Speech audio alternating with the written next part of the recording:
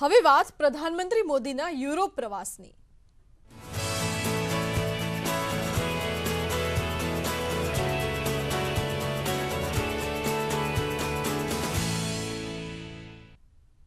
જર્મનીમાં નમો નમો જર્મનીને મુલાકાતે પહોંચેલા પ્રધાનમંત્રી મોદીએ બર્લિનના પોટ્સડેમર પ્લાઝા થિયેટરમાં ભારતીય સમુદાયના લોકોને સંબોધન કર્યું। આ દરમિયાન તેમણે ભારતીય સમુદાયના લોકોની વચ્ચે ડ્રમ પણ વગાડ્યું। પીએમએ લગભગ 1 કલાકની સ્પીચમાં પીએમ મોદીએ 135 કરોડ ભારતીયોની વાત કરી। જર્મનીમાં ભારતીયોને સંબોધતા પ્રધાનમંત્રી મોદીએ ભારત માતાની જય સાથે પોતાના સંબોધનની શરૂઆત કરી। જર્મનીમાં રહેતા ભારતીયો સાથે મળવાના અવસરને પોતાનું સૌભાગ્ય ગણાવ્યું। પીએમ મોદીએ કહ્યું છે કે સકારાત્મક ફેરફાર અને ઝડપી વિકાસની આકાંક્ષા જ હતી, જેને લઈને 2014માં ભારતની જનતાએ પૂર્ણ બહુમતીવાળી સરકાર પસંદ કરી। આ ભારતની મહાન જનતાની दूरदृष्टि है कि वर्ष 2019 में તેમણે દેશની સરકારને પહેલાથી પણ વધુ મજબૂત કરી દીધી। સમગ્ર કાર્યક્રમ દરમિયાન અનેકવાર પ્લાઝા થિયેટર મોદી મોદીના નારાથી ગૂંજી ઉઠ્યું।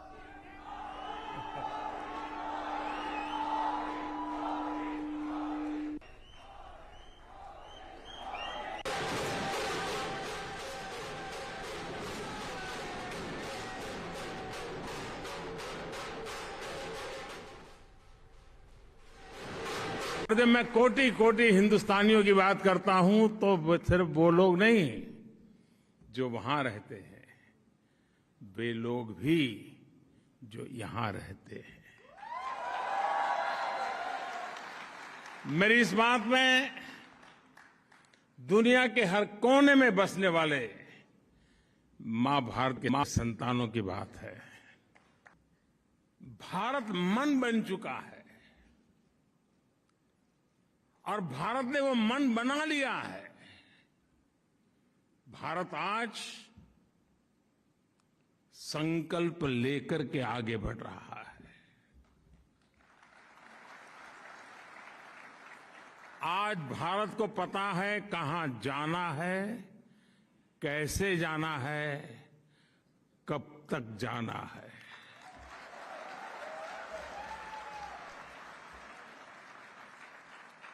भारत अब समय नहीं गंवाएगा। भारत अब समय नहीं खोएगा।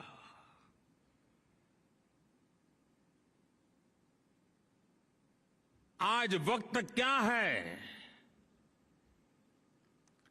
इस वक्त का सामर्थ्य क्या है और इसी वक्त में पाना क्या है, वह हिंदुस्तान भली भांति जानता है। भारत के मतदाता को पिछले 7-8 साल में उसके वोट की ताकत क्या होती है और वो एक वोट हिंदुस्तान को कैसे बदल सकता है, उसका एहसास होने लगा है।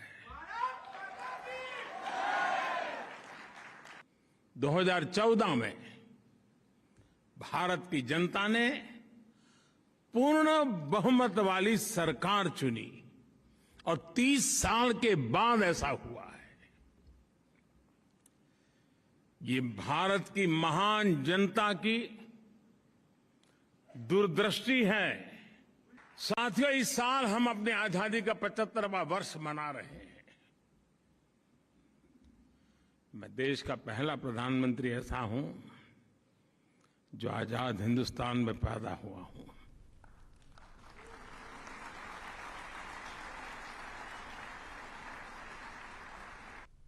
तो आ तरफ पीएम मोदी कांग्रेस पर पण प्रहार कर्या। पीएम मोदी કહ્યું કે અમારી સરકારના કાર્યકાળમાં મોટી સંખ્યામાં લોકોના ખાતામાં સીધો લાભ પહોંચ્યો છે, વગર કોઈ વચેટિયાએ કોઈ કટ મની પણ નથી। હવે કોઈ વડાપ્રધાનને નહીં કહેવું પડે કે હું 1 રૂપિયો મોકલું છું તો 15 પૈસા જ પહોંચે।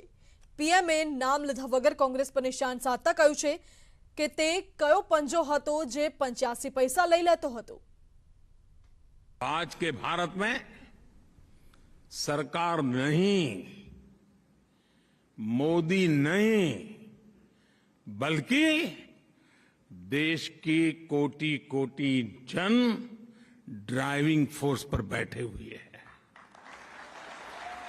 भारत में और जर्मनी में बैठे हुए आप लोग इस बात को ज्यादा समझ पाएंगे। भारत में जितनी फास्ट इंटरनेट कनेक्टिविटी है, तालियां इस बात पर बजने वाली हैं कि जितना सस्ता डेटा है वो बहुत से देशों के लिए अकल्पनीय है। आप ही का पुरुषार्थ है, आप ही की कमाल है। पिछले 7-8 साल में भारत सरकार ने डीबीटी, डायरेक्ट बेनिफिट ट्रांसफर, सीधा एक क्लिक किया, जो हकदार है उसके खाते में पैसे चले गए। डायरेक्ट जो डीबीटी के द्वारा हमने पैसे भेजे वो अमाउंट है 22 लाख करोड़ रुपए से अधिक। अब किसी प्रधानमंत्री को ये कहना नहीं पड़ेगा कि मैं दिल्ली से 1 रुपया भेजता हूं और 15 पैसा पहुंचते हैं। कौन सा पंजा था